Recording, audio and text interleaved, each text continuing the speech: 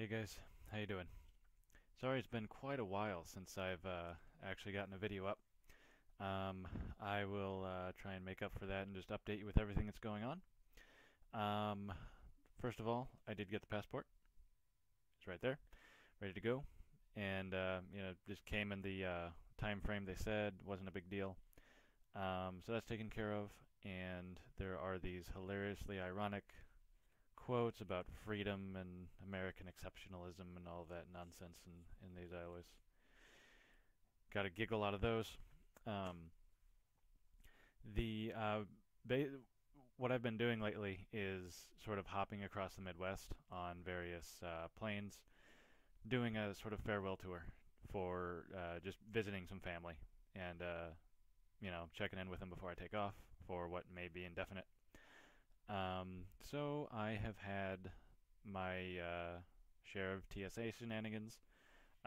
Last time I dealt with them was probably 2010 when I sort of did a little protest thing that I can share later if anyone's curious about it. Not a big deal, but yeah, I just thought I'd share a little tip that I learned, a little trick for getting through security uh, relatively unmolested. Basically, I was looking at some frequent flyer forums, and apparently there's this little thing known as TSA shoulder syndrome. Basically, what you do is this little maneuver you do where you walk up to the scanners, and it seems like a lot of them are doing primary scanners, so you can't just walk through the metal detector. That's what I usually do. If I can find the line with a metal detector ahead of time, I just kind of, you know, shimmy my way in the right direction until I just go through the metal detector. And then if you're faced with a scanner, I just take the pat down because those scanners piss me off and I'm not getting in them and assuming this position of surrender. So basically, what you do is when you walk up to the scanner and the person's gonna like motion you over to get in, you just go up to them and you say like, "Yeah, look, my shoulders kind of messed up. I can't get my arms up that high, so I can't get in the position." And like a charm, every time I've done it like at least twice through this hopping through the Midwest. Both times it's like, okay, just go through the metal detector. They just send you through the metal detector, and that's it.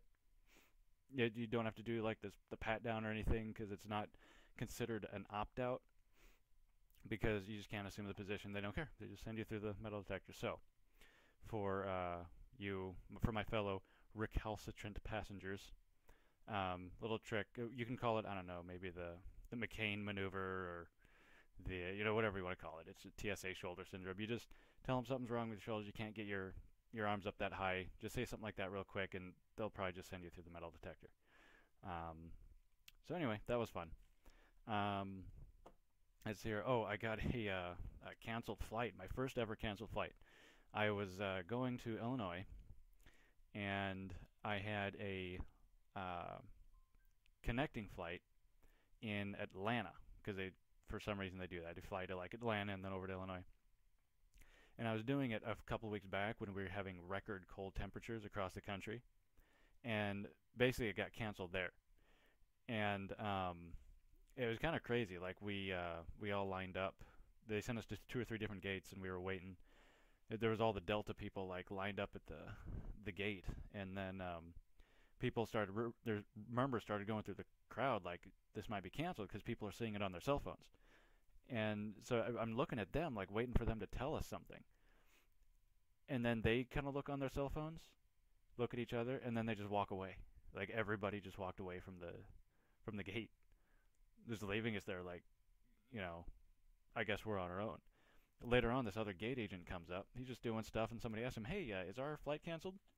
And he, excuse me, and he looks it up, gets a strange expression on his face, and then makes the announcement that our flight is canceled. They just dumped it on this guy. They were like, "Nah, some other poor bastard will have to tell these people that their flight's canceled." So I got stranded in Atlanta due to weather for a couple days until they got me on a different flight. And yeah, it was record. I mean, it was below freezing in Atlanta, Georgia. Got to Illinois, it was like -9 or something. But I called Delta, and they at least they were giving out hotel vouchers to everybody, um, to help, to pay for the hotel that you had to be in to wait for your next flight. The guy in front of me got the last one, so I was not happy about that. I did call Delta. They ended up giving me like $100 gift certificate to the, they had retailers to choose from, so they did something to offset the cost, so I was okay with that in the long run. But anyway, um, that was fun. So it's interesting because right now I'm actually tomorrow morning I'm getting on the plane that will be the first in the series of planes that will get me to Chile. So I'm actually going to be there tomorrow. It's I know I haven't recorded any videos for a while. I apologize for that, but hey, we're there. I'm leaving. I'm going to be there like by Friday, and I will definitely the next videos I make will be in Chile. So that's exciting. Um, More ridiculous airline stuff involving that. I was looking at tickets to get there, and it was just insane. Like I could plan out some tickets that could be about 1,100 bucks or so to get to Chile. I was originally thinking of going to Acapulco first.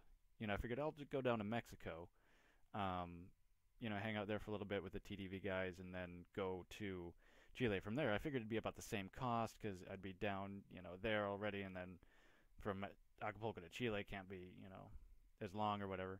As it turns out, most routes would just send me to Acapulco, then they would send me back to Atlanta, and then they would send me to Chile. So it's like, well, you know what? The Acapulco pit stop isn't that important to me right now. So I might as well just go straight to Chile, and I did. So I was looking at these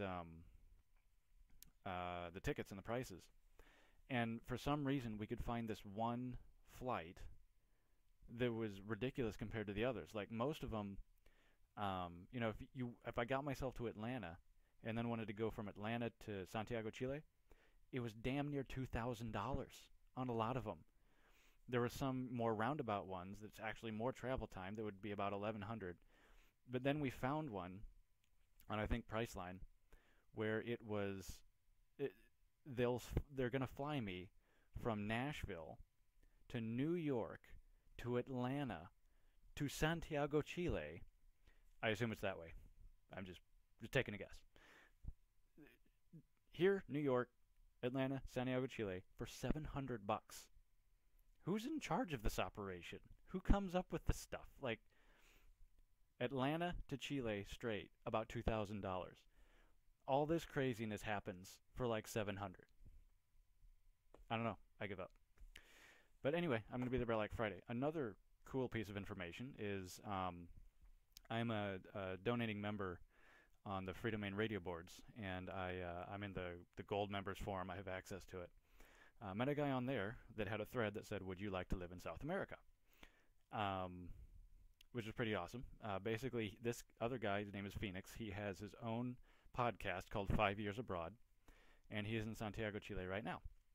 His original plan was to find someone else on the forum and see if they want to live there for like 6 months, rent an apartment or whatever.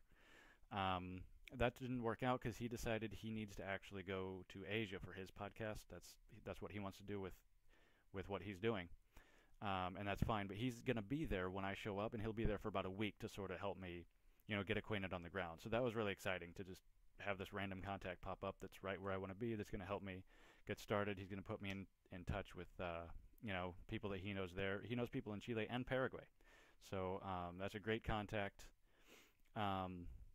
In fact, I'll try and put a link to his podcast in the description down below. I listened to one or two. I want to listen to more, but sounds pretty cool. So yeah, that's basically the gist of it. I'll be in Chile on Friday, and I'll try and get back to you and let you know how things are going. So thanks for watching, and we'll see you next time.